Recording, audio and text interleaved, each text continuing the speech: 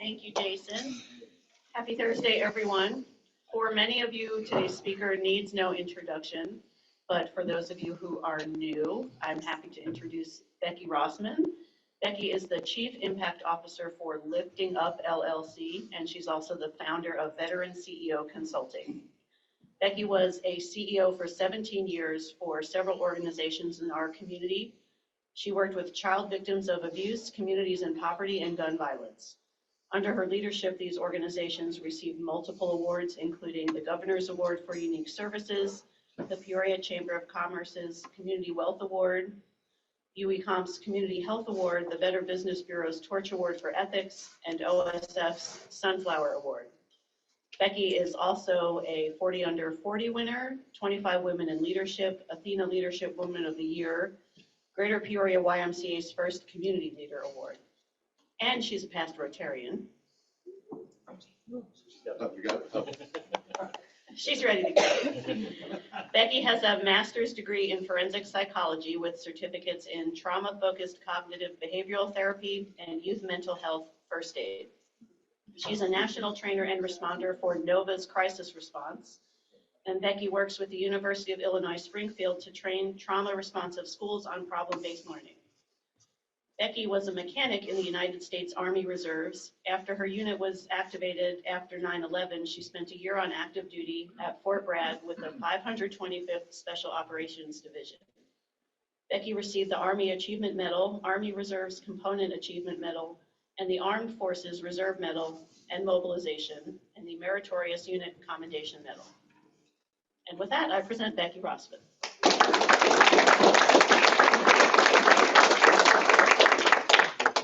Thank you so much. I am so excited to be back here. I don't know of a place that has more of my favorite people congregating than right here. And let's hope I can get this to work. So I really appreciate the opportunity to come here. I think my new organization that I work with, Lifting Up, is one of the best kept secrets. If you're involved in education, this is probably going to be more important to you. But I'm also going to provide a lot of insight on what's going on in the community. Now, the last time I was here, Jeffrey Allen sent me a meme implying that my presentation was traumatic. Well, this is going to be 2.0, so, but I end with hope. So Lifting Up, how many of you guys have heard of Handle with Care? So it's a national, I don't even know what to call it. It started in West Virginia, and it's a model where when law enforcement went to homes and there was a traumatic event, they saw kids there, they decided to do a manual report and let schools know so they could handle those kids with care. What we do is quite different, and I'll talk a little bit about that, but what we do at Lifting Up is we connect the dots around ACEs for trauma-responsive schools. Does anybody know what ACEs are? Adverse Childhood Experiences.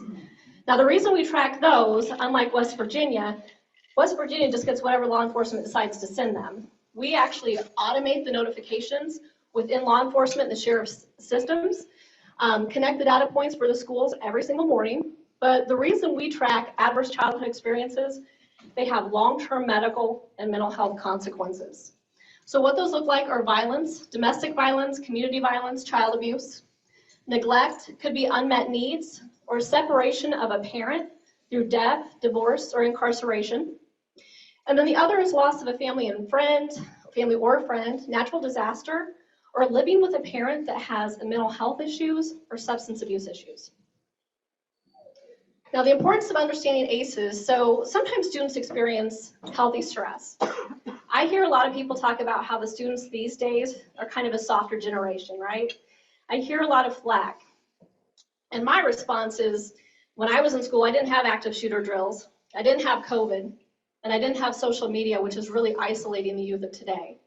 But there are some examples of healthy stress for students. Can anyone think of any? Playing sports. Yeah. Playing sports, pre-game jitters, right? Getting Homework. asked to prom. Getting asked to prom, asking to prom, taking a test. Not getting asked. Not getting asked to prom. That's traumatic. So healthy stress is good. We get a little shot of adrenaline, a shot of cortisol, and it helps us get through those things, right? Toxic stress, and I can tell you of the students that we know of, and we only track what's going on in the home, we are going to expand to the community. We have thousands of kids in Peoria County that are living with toxic stress, and it's like having a bear in the closet. So they are exposed to those adverse childhood experiences fairly often. And the thing is, with the bear in the closet, you just don't know when that bear is going to come back out. So a lot of our kids are living in a constant state of fight or flight. And what that does is it kind of breaks the internal thermometer of your nervous system. So your nervous system starts getting flooded with high concentrations of cortisol. And when that happens, you have a chronically dysregulated nervous system, which means it's almost impossible to learn, to focus, to respond appropriately, and to build relationships with others. The other thing that research shows is when you have a lot of ACEs, I talked about the correlation with long-term medical and mental health issues. If you look at our Peoria City County fatality review, nearly all the leading causes of death are going back to ACEs. So much that I'm currently working with Indiana's Department of Public Health. They are taking the lead on Handle with Care because their prevention is also tied to their fatality department. So medical professionals are starting to use ACEs to look at diagnosing through a different lens. So if a student is referred with attention deficit disorder and they have one or less ACE, odds are they probably do have that. However, trauma is often confused with a lot of mental health issues and ADHD. So if a child is presenting and has 4 or more ACEs, then they look at treating the trauma and not medicating a child for something they do not have. We also know that if you have 6 or more ACEs, your life expectancy is 20 years shorter. Now, I will tell you, ACEs are not destiny. I have 6 adverse childhood experiences. But the good news is you can also have protective factors. So on the opposite of ACEs survey, which you guys can take online, takes less than 2 minutes, there's the Benevolence Childhood Survey, and those are protective factors. I am 10 for 10. I have lost 3 siblings to cancer. One was 37, one was 41, and one was 57. I have 1 remaining brother. He had a stroke last year, and he also has heart disease, and all those things are correlated with adverse childhood experiences. Now, I was the youngest, an accident, if you will, so we had very different lifestyles. We had some of the same traumas, but I also had a really great stepdad that came into my life when I was 12 that my siblings didn't have. So after I lost my 3rd sibling to cancer, my doctor sent me to Route 91. She's like, we need to look at your genetic markers. We need to see what's going on. Well, mine came back and I have protective factors in all of those genetic markers. It's not to say that I'm not going to have those same medical issues, but even though I had a grandmother with breast cancer, I'm less likely than the average woman to get that. So there's a lot of science around hope. There's Hope Rising, which is the science of hope, but there's also a lot of information being done on those protective factors, those biomarkers. We know that when kids 3 or under have adverse childhood experiences, they have those negative markers. And I will tell you, Valeska-Hinton has some of the highest adverse childhood experiences in our county. Sorry, I'm losing my voice. I've been coughing all day. So child abuse or neglect, a lot of times when females have that, you see high rates of depression, anxiety, substance abuse, promiscuity. With boys, what we see are usually aggression, delinquency, and they usually push away their teachers and their peers. So I want to tell a story about a little boy. I'm going to call him Alex. When I was at the Child Advocacy Center, I was also a forensic interviewer. So what that meant is I would interview kids about serious allegations of abuse, and law enforcement, DCFS, and the state's attorney would watch over a video to make it more child-friendly. Well, I often had to testify about the interviews. So I would go in with 3 pieces of information: first name of the child, the age, and if there was any type of disability that would affect the integrity of the interview. So I go in and I see Alex. He's 4 years old. He's got big brown eyes and even bigger dimples. He's wearing a Spider-Man t-shirt. And the way we're set up is our chairs are facing each other. And as we're building rapport and talking about things, I notice he's not sitting down. He's just kind of like this. So I say, Alex, you can sit down. And he said, I can't, it's too painful. And I said, well, why is it painful? And he said, last night I was at my mom's house, and he lived with his dad. Mom's house is kind of chaotic. She was making dinner. He started crying, said, I want to go to daddy's house. So she moved everything off the stove and set him on top of it. Well, kids are very resilient. So I'll tell you, we ended that interview, and he's laughing, and we're talking about who's better, Spider-Man or Batman. I go out, and he's talking to the police, and he's showing them that he has bigger muscles than them. I'm like, love this kid. Over the course of the next year and a half, I interviewed Alex on 2 more allegations of abuse that were equally horrific but different. I ended up testifying in a case, so mom lost her rights. He got to live with dad. Well, this was in Monmouth. So I drove for 5 years back and forth to Galesburg and Monmouth. I had young kids. I testified against child predators. Just wanted to keep my life separate. I'm volunteering at my daughter's school, my favorite day, Arts Day, when she's in 3rd grade. And who do I see? Alex. So he comes to my class, and the teacher said, Alex, you better behave for Miss Rossman.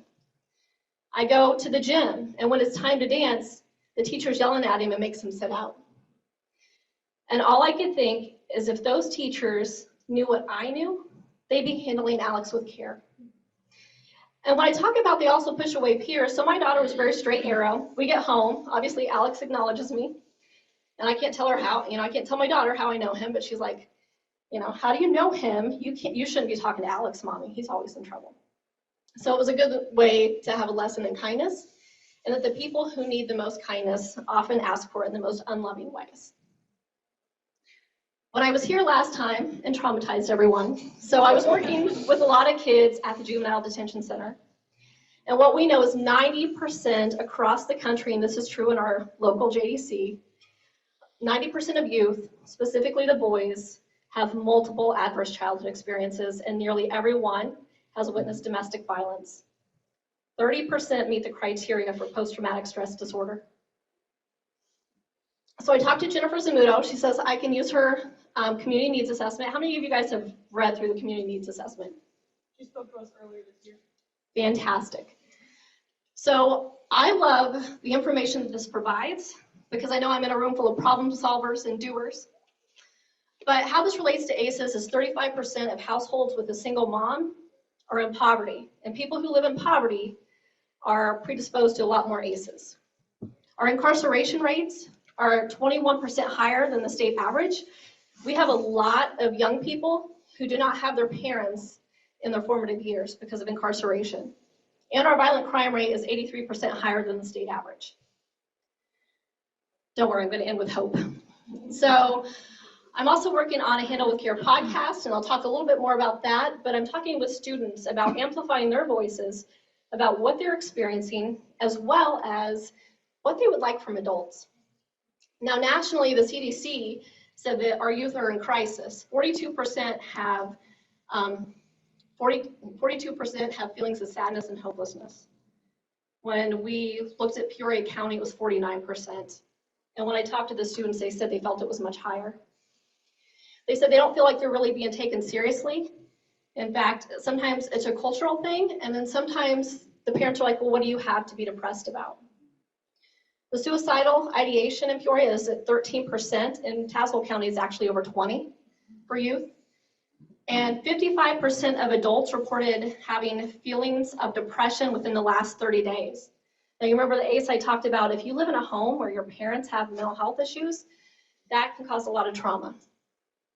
And then 40% of youth admitted that they use substances to self-medicate. So going back to our program, our Handle with Care program, like I said, we automate it. Nationally, we know that law enforcement is way under capacity. They don't have the time to write one more manual report. So we work within their software systems, so they never have to touch it again once we set it up. And every morning we connect the data points between the schools and law enforcement.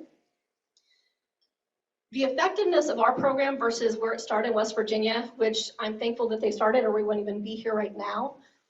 We are in New Jersey. in multiple counties, and they were using West Virginia. In 3 years, they had 100 incidents. They've had 1,000 in county with our system since August. And then I mentioned our Handle with Care student-led podcast, so I'm really excited about that particular program. I'm working with Ivy and also 2 seniors at Peoria High School in Woodruff.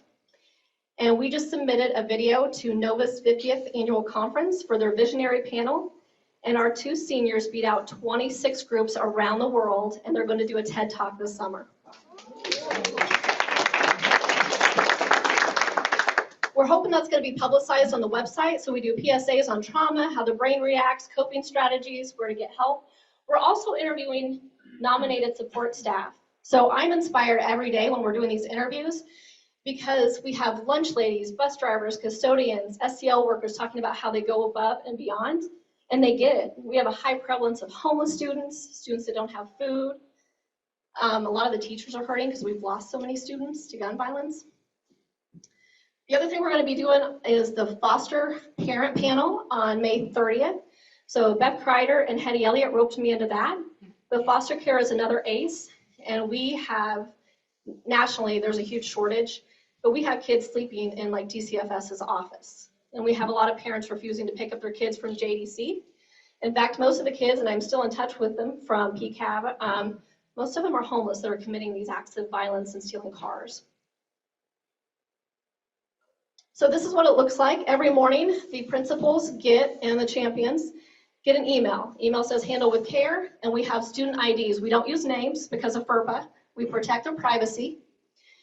And about a month ago, Dr. Crott reached out because we actually had 20 incidents just for Lincoln School.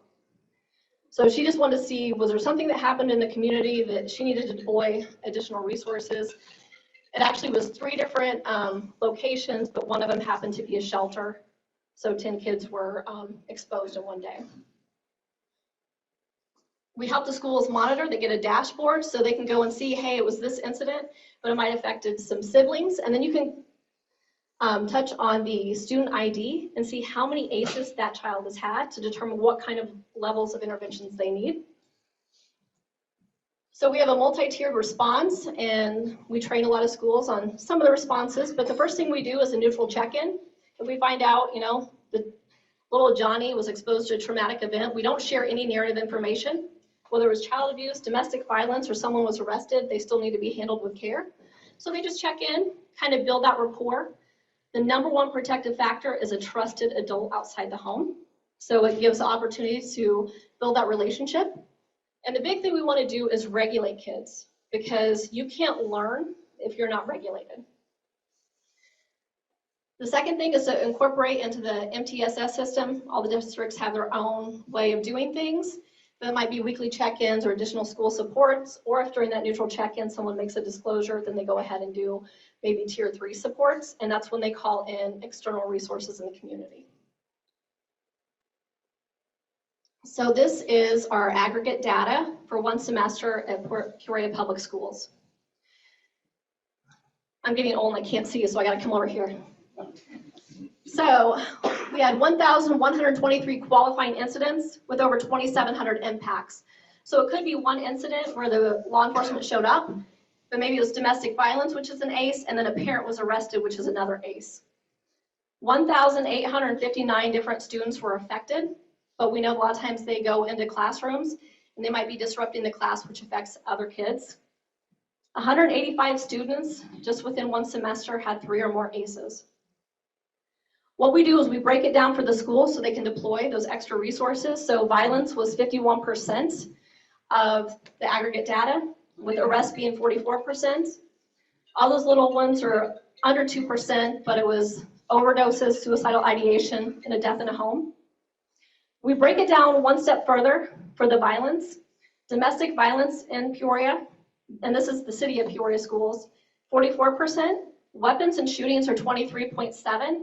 To put that in perspective, we also work in Peoria County, and it's 2.3. And then the other is 31.7 in violence, and all that is violence happened in the home, but the law enforcement couldn't make a familial relationship to call it domestic violence. And we take it another step further, so all of the principals and the superintendents get to see what buildings are being affected down to what grade level. So if a 6th grade class at a particular school sees a lot of domestic violence, then they can call in the Center for Prevention of Abuse to do some additional education to hopefully prevent that cycle from continuing.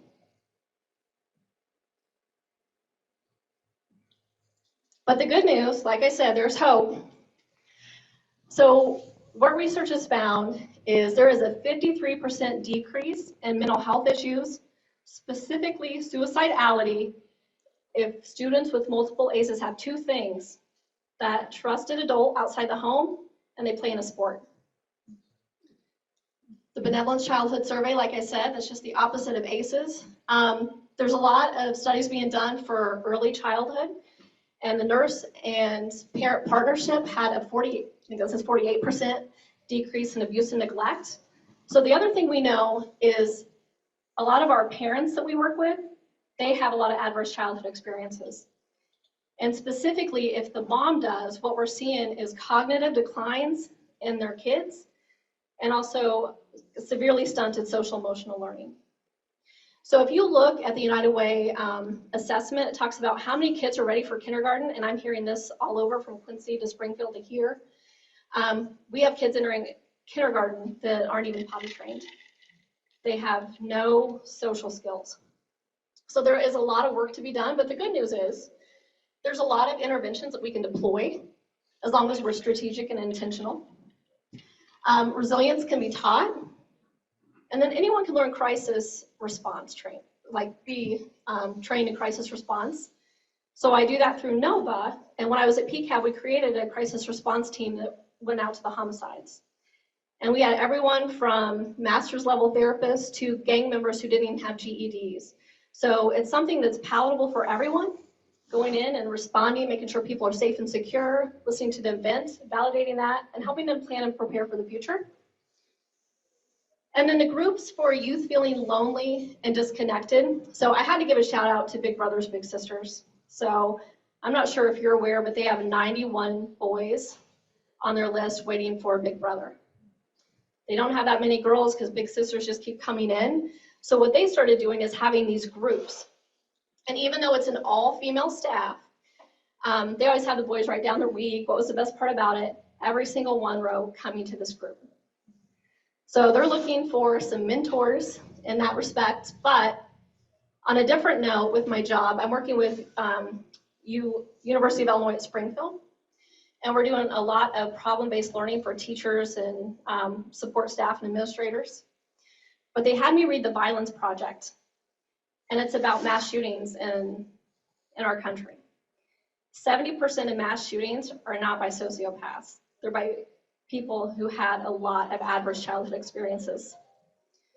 So the importance of this, it even breaks down at the end, what you can do as an individual, what you can do as a group, and what you can do as a community. And having these groups to reduce loneliness and isolation was one of the best things. So just kudos to Big Brothers Big Sisters. And then, of course, our visionary panel, which I have to show our students. So Sterling Atkins Dutro and then Kamora Davis. I'm excited because I'll be able to say I knew these kids when.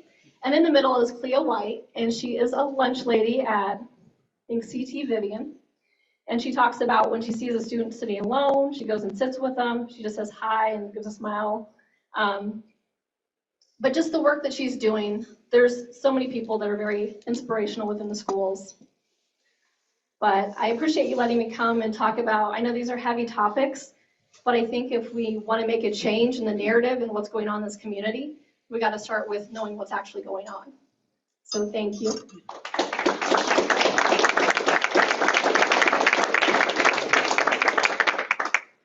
you have a question? Or do you have time? Becky, can you go to the podium?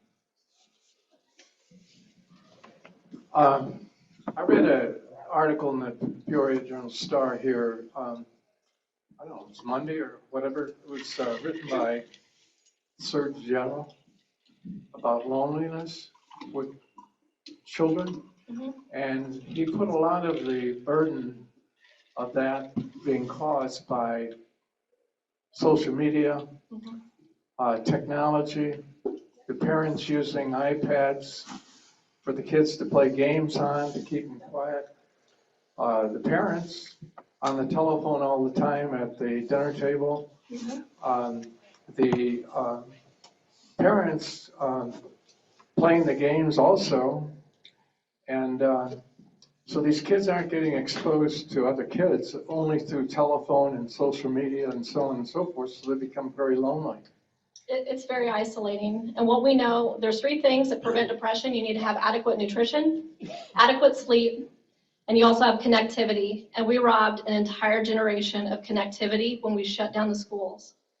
And I'll tell you, just being connected with the kids at PCAP, 90% of those kids do not have beds. Like when I go in there, I'm navigating, making sure I don't step on anybody when I'm walking for wherever for a meeting. We're trying to get them beds because how can you have a good night's sleep? Or a lot of people's family lives are so chaotic, they're not able to get sleep. And then if they don't know where their next meal's coming from and they don't have that connectivity, we've just kind of created this perfect environment to have these mental health issues. And I'm glad you pointed out about the parents, because what I'm hearing a lot, and I have kids that age, we have a lot of kids saying their needs are not being met emotionally. One girl's like, everyone thinks I'm lucky because I live in this nice neighborhood and I always have like the newest Apple Watch. She's like, my parents don't pay any attention to me. She goes, I would much rather have that. So we're kind of seeing this across the board, but I think, our generation, and I'm guilty of it sometimes too. I went to the military when I was 17. I'm looking at my kids, I'm like, who call me 10 times a day to ask me how to do life. I get that way too sometimes, but I do understand like the mental health issues are real. Hey Becky, always good to see you. Thanks for being here. What's your staffing look like and how are you funded? Well, it's actually an LLC. So we charge the schools. However, we have a partnership with Carl, who are doing a pilot program for most of the schools in Peoria, like a 3-year pilot program. And it's just the CEO and then her brother who does all the IT. And then my job is to build our network, and then I teach a lot of stuff about trauma to the schools. Good question, Greg. Becky, I just want to make a comment. Not everybody knows this. A couple things about Becky. She rappelled off the top floor of Peoria-Marquette Hotel, along with Eddie Elliott and some of her other buddies. Lindsay Clark. I know she's Lindsay a Clark, member. yeah. That's really cool. I'll do anything for money, pretty much. Yeah. The other thing that I would mention is that there's a picture in her office of Becky in the open door of a helicopter. She's dressed in her fatigues, and it'll make you cry. It's wonderful. Thanks, Colin.